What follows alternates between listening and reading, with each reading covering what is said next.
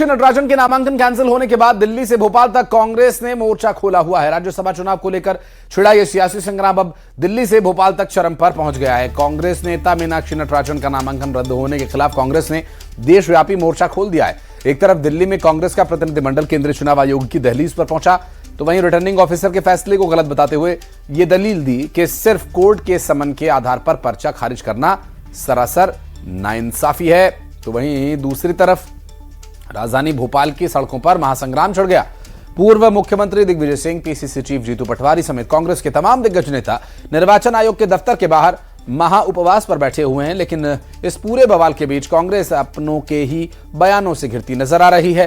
कांग्रेस विधायक फूल सिंह बरैया ने अपनी ही पार्टी को कटघरे में खड़ा करते हुए साफ कहा कि डमी कैंडिडेट न उतार करके पार्टी से बहुत बड़ी चूक हुई। विपक्ष के चौतरफा हमले पर सूबे के मुख्यमंत्री डॉक्टर मोहन यादव ने बीजेपी प्रदेश अध्यक्ष हेमंत खंडेलवाल ने करारा पलटवार किया और सीएम डॉक्टर मोहन यादव ने साफ कहा कि कांग्रेसियों ने हार के डर से खुद ही खेल बिगाड़ा, क्योंकि उन्हें अपने ही विधायकों पर भरोसा नहीं था।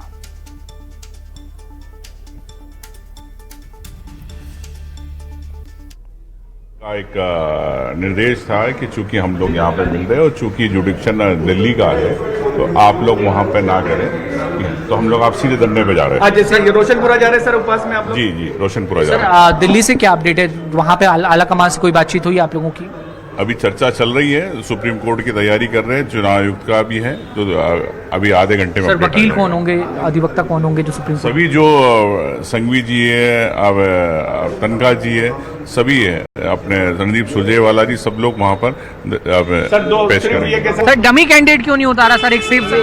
ये एक अलग बात है, इसको आप चूक कह सकते हैं या ऐसा अभी तक कोई चलन रहा नहीं कि राज्यसभा में कभी डमी लड़ाए गए। है कि क्राइम नहीं हुआ लेकिन छिपाया तो गया। नहीं क्राइम नहीं है तो छुपाने की कोई बात नहीं। डमी कैंडिडेट ना उतारने वाली सर एक मिनट, डमी कैंडिडेट छुपाने वाली बात जो है सर, इसको आला कमान ने संज्ञान लिया है क्या सर? नहीं, अभी तो इसका कोई मैसेज नहीं है, वो आज शाम को पता चलेगा। विवेक तनखा जी, अभिषेक मनु सिंघवी जी, ये दिल्ली में पूरी इसकी रणनीति तैयार हो चुकी है। वहाँ चुनाव आयोग से समय भी लिया गया है और ये स्पष्ट है कि हर स्तर पर, चाहे वो लीगल हो, चाहे सड़क पर हो, चाहे सदन में हो, हर स्तर पर ये लड़ाई लड़ी जाएगी। इस तरह से जो हमारी संविधान है, जो लोकतंत्र है, उसका पूरी तरह से जो चीरहरण करने का काम भाजपा कर रही है। और सबसे बड़ी बात, पहले ये विधायकों पर दाव कर रही थी कि ये बिक जाएंगे, नहीं बिके तो इन्होंने ऐसा पैतरा अपनाया।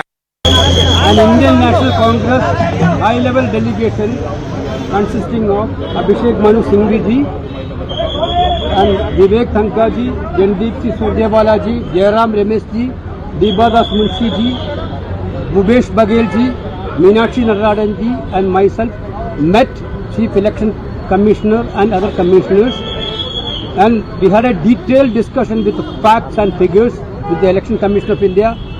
The details of the discussion will be revealed by Abhishek Manu Singhvi ji. हमने विस्तृत रूप से डेलीगेशन ने उनके समक्ष ये मुद्दे रखे। नंबर एक, कि रिटर्निंग ऑफिसर का निर्णय बिल्कुल विकृत है, कानूनी रूप से गलत है, किसी हद में किसी तरह से उसको समर्थन नहीं किया जा सकता। वो 2+2 को 5 लिखने जैसा नहीं, बल्कि 2+2 को 7 लिखने जैसा गलत निर्णय है। आज भी संवैधानिक संस्थाओं पर पूरा उम्मीद है, इसीलिए हम ये लड़ाई लड़ रहे हैं।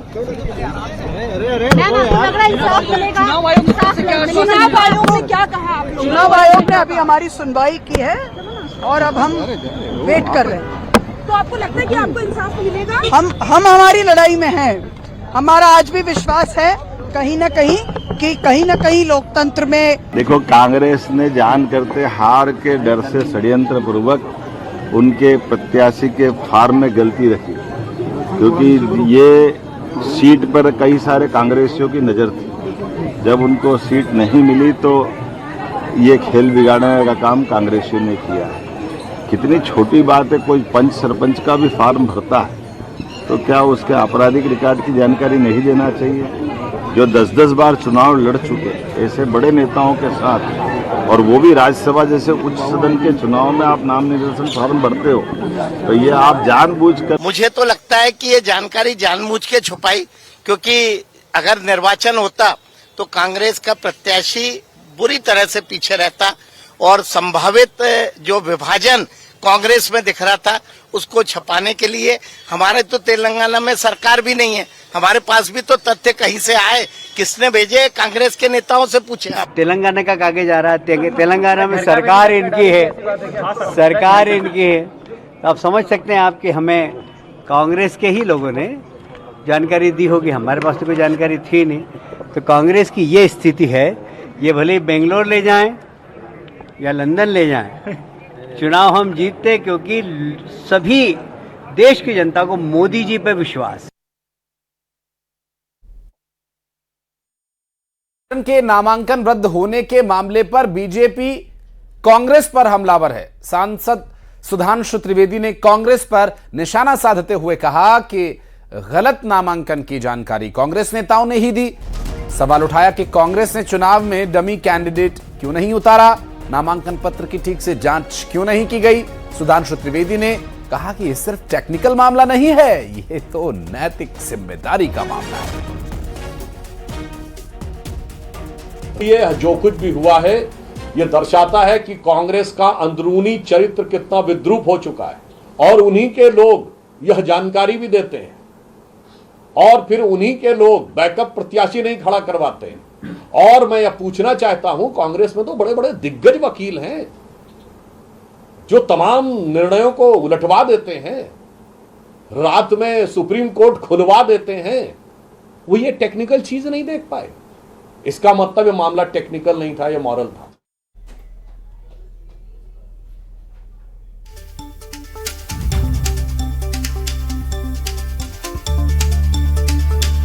तो मीनाक्षी नटराजन का नॉमिनेशन कैंसिल होने के बाद अब दौड़ दूर तक करने की कोशिश है कि क्या अब आगे इस पर हो सकता है। हालांकि इसमें संभावनाएं तो कुछ और नजर आती नहीं है, लेकिन एक्सपर्ट से बातचीत करने की कोशिश करेंगे, जानने की कोशिश करेंगे कि क्या अभी कुछ बचा है मीनाक्षी नटराजन या कांग्रेस पार्टी के लिए।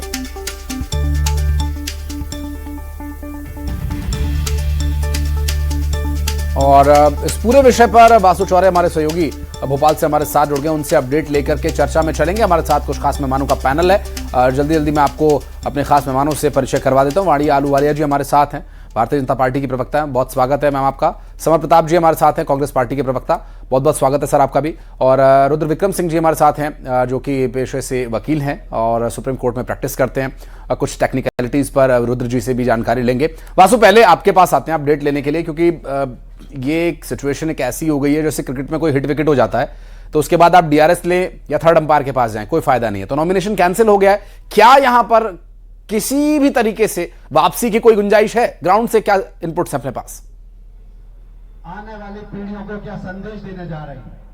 लगातार पिछले वर्षों से आशीष बहुत ज्यादा स्पष्ट आपकी बात मैं नहीं सुन पाया, बहुत हल्ला यहाँ पर हो रहा है। कांग्रेस लगातार सुबह से उपवास पर यहाँ पे बैठी हुई है और अभी भी कांग्रेस के तमाम जो नेता हैं वो यहाँ पर रोशनपुरा चौराहा जो है वो भोपाल का यहाँ पर उपवास पे डटे हुए हैं। चाहे जीतू पटवारी हो, उमंग सिंगार हो, विक्रांत भूरिया हो, सारे नेता जो है वो यहाँ पर लगातार बीजेपी पर निशाना साधने का काम कर रहे हैं। दिल्ली पर निगाहें जो है वो टिकी हुई है। उमंग सिंगार से थोड़ी देर पहले बातचीत हुई थी तो उन्होंने कहा कि चुनाव आयोग दिल्ली में कांग्रेस ने अपना पक्ष रख दिया है चुनाव आयोग के सामने और 2 घंटे में जो है चुनाव आयोग अपना निर्णय सुना सकता है। तो 3 बजे तक के आसपास कुछ जो निर्णय है वो चुनाव आयोग की तरफ से आ सकता है और कांग्रेस के पास अगला ऑप्शन जो है वो सुप्रीम कोर्ट का है। तो ये भी जानकारी लगातार आ रही है कि कांग्रेस सुप्रीम कोर्ट भी इस पूरे मामले को लेकर जा सकती है। लेकिन इस सबके बीच कांग्रेस ने भोपाल में जो है दम भरना शुरू कर दिया है। कांग्रेस के विधायक विक्रांत भूरिया थोड़ी देर पहले जब यहाँ पर भाषण दे रहे थे तो उन्होंने कहा कि अब आग लगाना होगा, अब सड़कों पर उतरना होगा, अब लाठियां खाना होगा, अब डंडे खाना होगा और इस लड़ाई को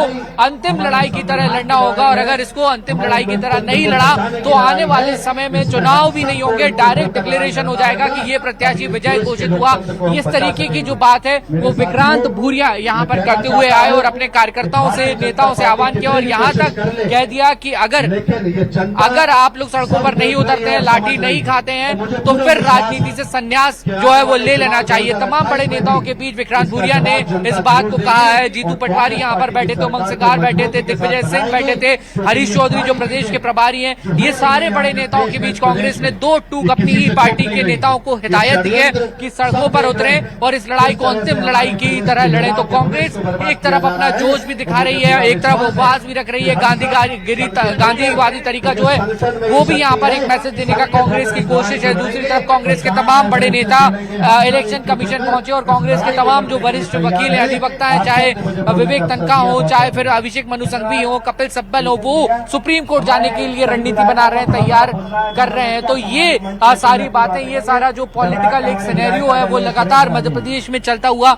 नजर आ रहा है। बहरहाल अब देखना होगा कि कांग्रेस के पक्ष में आने वाले 24 घंटों में कितनी बेहतर चीजें हो पाती हैं या नहीं हो पाती हैं, कांग्रेस इस लड़ाई को कहां तक ले जाती है। विश्वास तो देखिए वासु खत्म हो जाएगा समय के साथ, लेकिन ये लड़ाई आगे जारी रहेगी और इस लड़ाई का क्या लाभ होगा, जैसे कि आपने भी जिक्र किया कि अब जो गलती हुई है, जो बातें पहले घट चुकी हैं, उस पर क्या अब आगे इस पर कोई विकल्प नजर आता है। वाणी जी हमारे साथ जुड़ी हुई हैं। वाणी जी, बीजेपी पर आरोप लगाया जा रहा है कांग्रेस की तरफ से कि ये बीजेपी के द्वारा लोकतंत्र की हत्या की जा रही है, बीजेपी गला घोंट रही है लोकतंत्र का।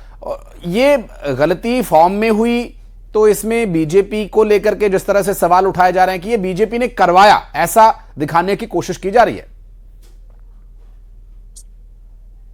मैं इस वरिष्ठ पैनल को नमस्कार करती हूँ, श्रोताओं को भी शुभकामनाएं देती हूँ। उल्टा चोर कोतवाल को डांटे। अब देखिए, फॉर्म भरा कांग्रेसियों ने, इतने वरिष्ठ वकीलों के नाम आपने अभी गिनवा दिए, इतने वरिष्ठ विधि सलाहकारों के बावजूद उनके नाक के नीचे एक फॉर्म गलत भरा जाता है।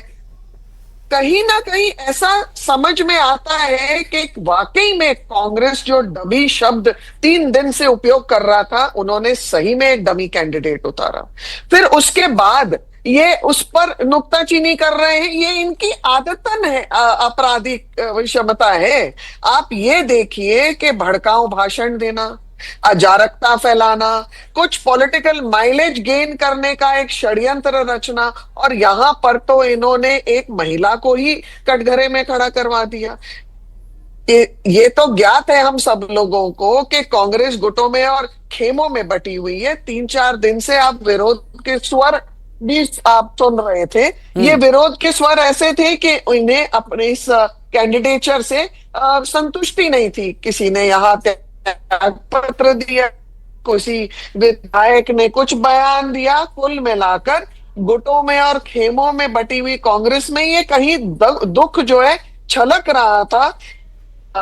एक परंपरा बन गई थी हाल ही में मध्य प्रदेश में, क्योंकि जीतू पटवारी का, हम हारे हुए पटवारी का नेतृत्व जानते हैं। उन्होंने किस प्रकार मध्य प्रदेश कांग्रेस को बदहाल और एकदम निरस्त करके छोड़ा हुआ है। तो हार के बाद ये अब ये ठीकरा फोड़ना चाहते हैं। पर मुझे आप ये बताइए, क्या अनुभव, जिम्मेदारी, संवैधानिक परंपराओं से ये रूबरू नहीं थे? ये हर हार के बाद कहीं ना कहीं ईवीएम को दोषी ठहरा देते हैं, या कहीं संवैधानिक संस्थाओं के ऊपर उंगली उठाते हैं, या जो लोकतांत्रिक प्रक्रिया है उस पर उठाते हैं।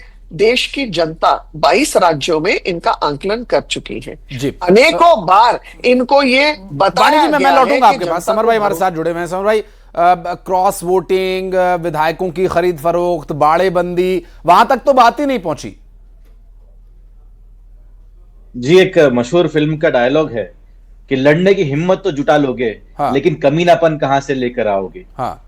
ये चुनावी स्पर्धा, प्रतिस्पर्धा का डर भारतीय जनता पार्टी में इतना गहरा उतर गया था कि महिला वंदन अधिनियम की बात करने वाली पार्टी, महिला सशक्तिकरण की बात करने वाली पार्टी, आज उस एक महिला, एक गांधीवादी, एक गांधीवादी महिला के नॉमिनेशन से इतना डर गई कि इस हद तक, इस नीचता के इस हद तक पहुंच गए, जब उन्हें लगा कि विधायक खरीद में नहीं आ रहे हैं, विधायक पकड़ में नहीं आ रहे हैं, विधायकों को डराया नहीं जा पा रहा है, विधायकों को ईडी सीबीआई से का डर दिखा के नहीं किया जा पा रहा है, तो इन्होंने इस प्रकार की घटिया हरकत करी। क्या हरकत करी? आप देखिए समर भाई, क्या हरकत करी, एक लाइन में स्पष्ट कीजिए। मैं स्पष्ट करता हूं आपको कि एक चुनाव आयोग का जो नियम स्पष्ट कहता है कि उम्मीदवार को उन्हीं मामलों में जो है उसमें हलफनामा में दायर करना है जिसमें 2 वर्ष से उससे अधिक की सजा का प्रावधान हो, या उस पे पहले से ही जो है न्यायालय ने आरोप तय कर लिया हो। हाँ, मेरे ख्याल से वाणी जी को पहले लॉ पढ़ना चाहिए, उस व्यक्ति को पहुंचाना चाहिए जिसने इस चीज की समझ हो। हाँ, दूसरी बात, ये सेम इसी प्रकार की एक घटना जो है झारखंड के अंदर, जो राज्यसभा सदस्य के लिए भारतीय जनता पार्टी के द्वारा नामांकित परिमल नाथवानी जी है, उनको 24 घंटे का समय मिलता है जी। आप बताइए कि विधि के समक्ष विधि के समक्ष समानता का जो अधिकार है वो कहां गया कांग्रेस के पास में, बताइए ना आप। ठीक है, कोई बात नहीं, बिना लड़े हम चुनाव हार रहे हैं। जब ये साम दाम दंड भेद कर लेते हैं, खरीद फरोख्त कर लेते हैं, और हॉर्स ट्रेडिंग के अंदर भी इनकी बात नहीं चलती, तो इस प्रकार का काम करते तो इसमें कोई बुरी बात नहीं। भारतीय जनता पार्टी आज जो कर रही है, ये मीडिया देख रही है, ये देश देख रहा है, ये दुनिया देख रही है, ये युवा देख रहे हैं। इसी प्रकार का एक उदाहरण मैं आपको देना चाहूंगा मेरे दोस्त, कि हंगरी के अंदर पिछले 15 साल से जिस राष्ट्रपति की सरकार थी, जिसने सभी संवैधानिक संस्थाओं पे, मीडिया पे, वहां पर भी गोदी मीडिया था। ऐसी बात नहीं है कि भारत में कुछ एक जो है वो लोग गोदी मीडिया है, वहां पर भी गोदी मीडिया था, वहां उसको कब्जे में कर लिया। और उसके बाद में क्या हुआ, आपने देखा कि 15 साल की सत्ता के बाद में किस प्रकार से उस हंगरी का जो राष्ट्रपति है उसको उठाड़ के फेंक दिया गया। कुल मिला के बात यह है कि भारतीय जनता पार्टी का जहां जीत नहीं पाती है, वहां जहां पर देखिए, यहाँ पर एसआईआर नहीं कर सकते थे, यहाँ पर जो है वोटों में धांधली नहीं कर सकते थे, अपने वोट बढ़ा के दूसरों के वोट कम नहीं कर सकते थे, उन्होंने इस रास्ते को रुद्र विक्रम साहब हमारे साथ जुड़े हैं। रुद्र भाई, मैं आपके पास आऊं, वाणी जी कुछ कहना चाह रही हैं, वाणी जी थोड़ा शॉर्ट में कंप्लीट कीजिएगा। मैं तो पहले ये सोच रही थी, मैं बोलूंगी कि पॉलिटिकल डकैती, पर अब तो मैं बोलूंगी पॉलिटिकल दरिंदगी पर उतर आए हैं, क्योंकि इन्होंने मेरे ऊपर पॉलिटिकल डकैती आप लोग करते हैं। सुनिए ना समर भाई, सुनिए ना, अभी तक वाणी जी चुप थी, आप भी सुन लीजिए प्लीज, क्या कह रही है। सुनिए समर भाई, सुनिए। कोर्ट में आपकी कैंडिडेट ने जाकर एक स्पष्टीकरण दिया है, एक जवाब दिया है, लायबल मैं सर आऊंगा आपके पास, केस खारिज नहीं हो जाता तब तक उनका दायित्व बनता है कि वो अपनी जानकारी बहुत अच्छे माध्यम से, स्पष्टता से, ईमानदारी से दे। पहले तो आपको अपनी लॉ की जो एथिक्स है और जानकारी उसको दुरुस्त करना चाहिए, और फिर एक महिला का अपमान करना चाहिए। याद रखिए, जब आप प्रतिष्ठित चैनल्स पर जनता के साथ सुनती है और समर भाई आपकी बौखलाहट में समझ सकता हूं, लेकिन वाणी जी उम्र में भी और अनुभव में भी वरिष्ठ हैं, तो वो अब तक चुप थी, तो एक एक करके हम बात करेंगे तो लोगों तक ठीक तरीके से मैसेज जा पाएगा। जी वाणी जी, आप बात पूरी कीजिए। हमको बोल रहे हैं दुनिया के अंदर, जी मैं तो अपनी आपत्ति दर्ज कर रही हूँ। पार्टी और महिला के ऊपर ये इस कदर उंगली उठाते हैं, कभी उसके कपड़ों पर, कभी उसके चेहरे पर, और आज मेरी क्षमता पर इन्होंने एक टिप्पणी की है। मैं घोर आपत्ति दर्ज करती हूँ। ये कांग्रेस का असली चेहरा है, महिला विरोधी है। ठीक है, मैं लौटूंगा, आप दोनों से अनुरोध है। रुद्र विक्रम जी से इस पर एक सवाल। रुद्र विक्रम जी, अगर मीनाक्षी नटराजन का मामला सुप्रीम कोर्ट जाता है तो वहां क्या संभावनाएं रहेंगी, क्योंकि अभी 2 घंटे का समय चुनाव आयोग ने मांगा है, इसमें संभव यह है कि कुछ बदलाव हो पाएगा या नहीं हो पाएगा, ऐसी कोई संभावना तो नजर नहीं आती, लेकिन सुप्रीम कोर्ट में अगर यह मामला जाता है तो वहां पर क्या कुछ परिस्थितियां हो सकती है, क्या तथ्य देने होंगे, किस तरह से औपचारिकताएं रहेंगी? देखिए, जो अभी तक मामला मीडिया के माध्यम से या फिर उन सब के माध्यम से मुझे सुनने में आ रहा है कि कोई प्राइवेट कंप्लेंट थी जिसमें नोटिस हुआ था, जो राज्यसभा की कैंडिडेट बनाई गई थी कांग्रेस की तरफ से, और जिसका हवाला उन्होंने अपने एफिडेविट में नहीं दिया। तो अगर महज इतनी सी बात है, हालांकि ये जानकारी मेरी पुख्ता नहीं है, जो मीडिया के माध्यम से मुझे जानकारी मिली, अगर महज एक प्राइवेट कंप्लेंट थी और प्राइवेट कंप्लेंट का हवाला उसमें नहीं दिया गया है, तो जो section 33(1) representation of people act कहता है, वो सिर्फ यही कहता है कि अगर किसी मामले में आपके चार्ज फ्रेम हुए हैं या फिर किसी मामले में आप कन्विक्टेड है तो उसका एफिडेविट में इंफॉर्मेशन देना जरूरी है, अदरवाइज कोई इंफॉर्मेशन जरूरी नहीं है। तो अगर सिर्फ ये एक प्राइवेट कंप्लेंट थी, उसका हवाला इन्होंने नहीं दिया एफिडेविट में, तो मुझे नहीं लगता कि इस आधार पर इसको रिजेक्ट किया जाना चाहिए था। लेकिन हाँ, रिटर्निंग ऑफिसर के पास ये पावर होती है, अगर वो कुछ भी रिजेक्ट करने का, उसको उसकी अपनी जो समझ है, वो अपनी समझ से अगर वो रिजेक्ट कर रहा है, तो उसको जो कांग्रेस ने किया भी है कि इलेक्शन कमीशन के पास वो लोग गए रिप्रेजेंटेशन देने, अगर इलेक्शन कमीशन और 2 घंटे का समय, जिसमें से लगभग 1 घंटे का समय विक्रम भाई जा चुका है, थोड़ा सा वेट और करना होगा कि क्या चुनाव आयोग इस पर जवाब देता है। बहुत बहुत शुक्रिया आप सभी सम्मानित मेहमानों का हमारे साथ समय निकालकर जुड़ने के लिए और बातचीत करने के लिए, बहुत बहुत धन्यवाद। बढ़ते